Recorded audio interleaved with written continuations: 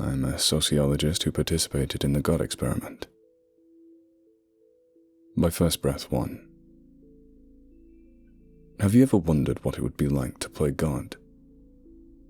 Some questions should stay unanswered. We selected 7 individuals for the study.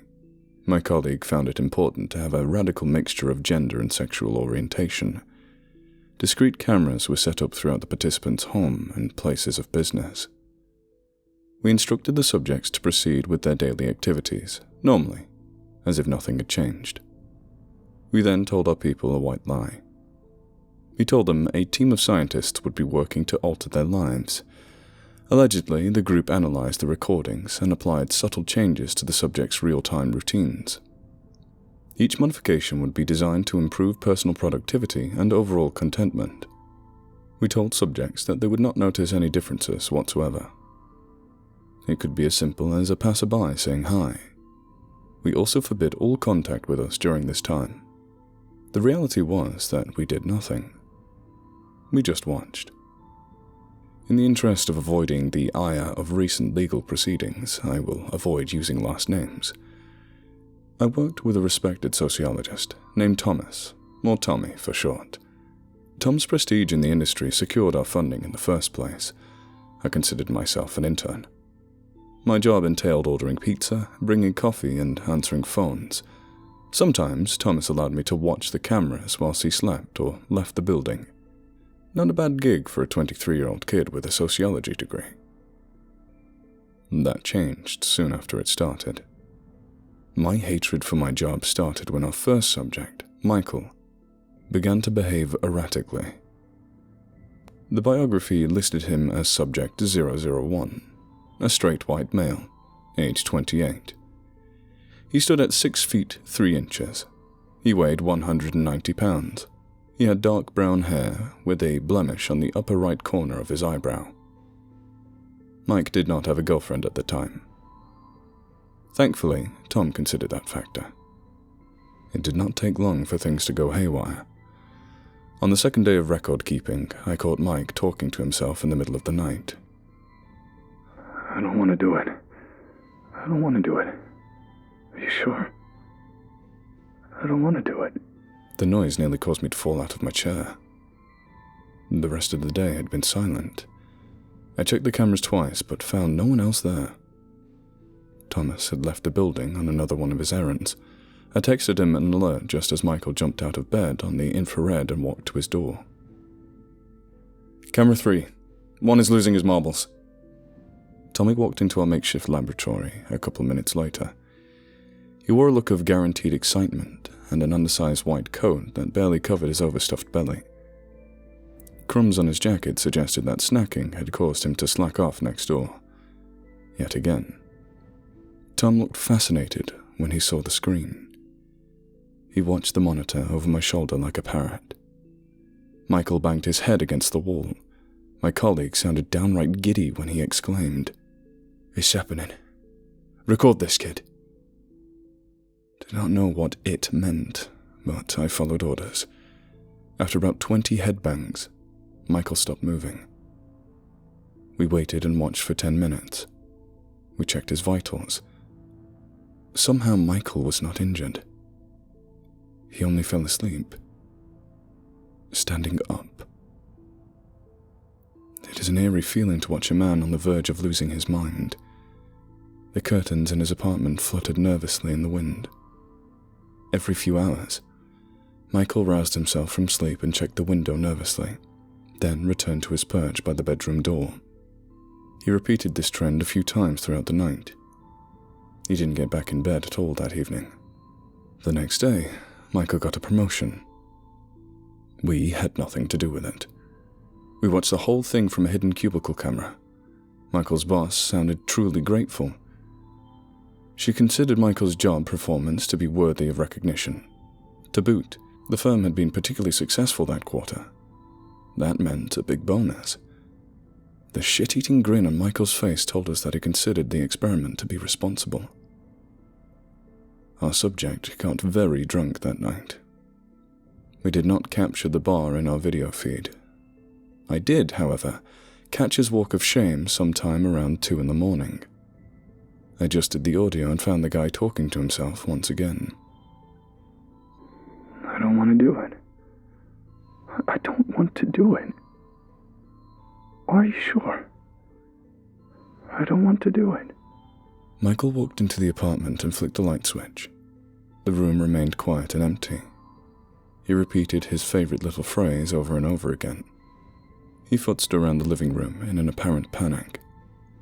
I don't want to do it. I don't want to do it. Are you sure? I don't want to do it. It annoyed me. To be honest, I started to doubt my colleague. Unstable subjects tend to skew results. I had not considered the more dire consequences at this time. "Who's he talking to?" I asked. Tom didn't answer. Michael walked towards the kitchen and grabbed the glass of water from the fridge. His movement seemed extremely erratic. The overall behaviour reminded me of an animal with rabies, especially the way one leg dragged behind the other. Suddenly, as if hearing something, Michael stopped and stared out the kitchen window. Water spilled all over the floor. Michael stayed in that position for 5 minutes. Then, he offered one last line in the direction of the kitchen door. Are you sure? He then sprinted outside without another word. "Switch to camera 4, Tommy barked over my shoulder. I did as I was told. I swear, that's it. The memory of this still keeps me up at night. Michael's drunken shape came back into focus on the green grass of the apartment complex. The receiver taped to his chest captured the rapid breathing as his haphazard footsteps traced a path that led in only one direction. Headlights and horns blasted only 50 feet away. The freeway. "Tom, this is a problem. This is a big fucking problem." I must have repeated that phrase over 1,000 times, but my pleas were ignored by my wide-eyed companion. I grabbed the office phone and quickly tried to find an emergency contact. All the while, Michael teetered in between traffic carelessly like a missing toddler. "There's nothing we can do," Tom muttered. "What do you want me to say?" Michael's body exploded the moment it met the tractor trailer. He died that day. Our benefactor compensated the family handsomely. Litigation was temporarily avoided. The God experiment continued with the remaining subjects. Uninterrupted for 5 weeks. The God experiment's second trial claimed a 29-year-old woman. Her name was Carolyn. According to the bio, the subject stood at 5 feet 3 inches. She weighed 135 pounds. Carolyn had dirty blonde hair that met mildly hazy eyes, with astigmatism affecting both lenses. Survey results indicated a surprising lack of romantic partners in the picture. Regardless, she was a female who pursued men exclusively. That fact checked Tommy's second box. So entered subject 002. Carolyn lived alone in a small apartment close to home. She preferred it that way. The short distance made it easy to check on her mother, Jacqueline, twice a day. Jacqueline suffered from stage 2 breast cancer, and the debilitating result of the chemotherapy just started to take effect around the time of our study. But she never complained. Some had it worse. Her dad died from the same disease years back, and nobody wanted that. Her brother was working now, and Carolyn considered that a good thing. But no one knew how long Sean could stay employed. Minimum wage positions tended to be seasonal. She told friends on the phone that the new job seemed lucrative, but scary. What if something happened to him?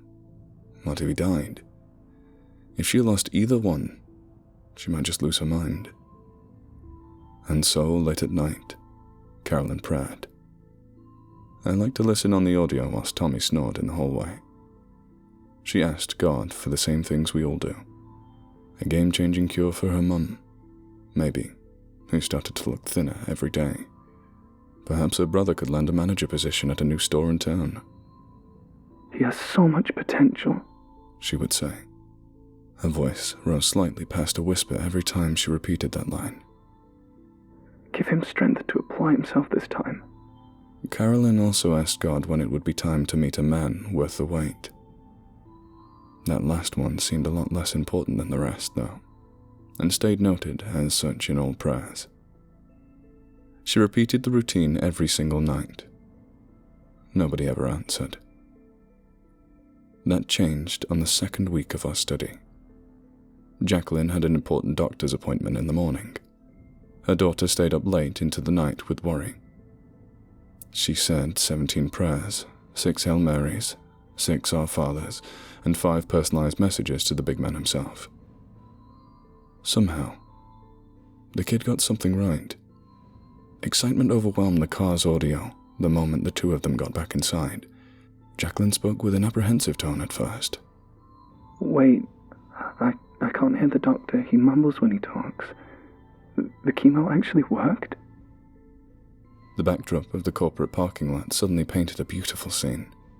Mother and daughter embraced for several long moments. Static from their windbreakers corrupted the microphone for a moment.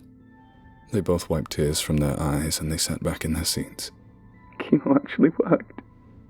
Carolyn coughed a couple times to clear her voice.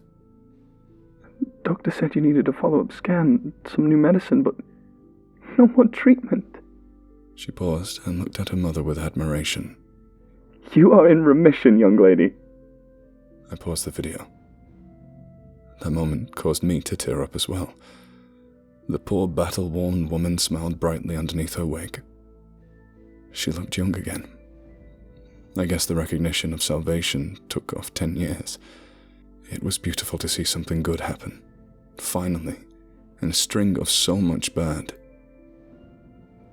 Tom appeared over my shoulder. Screenshot that. I did as I was told.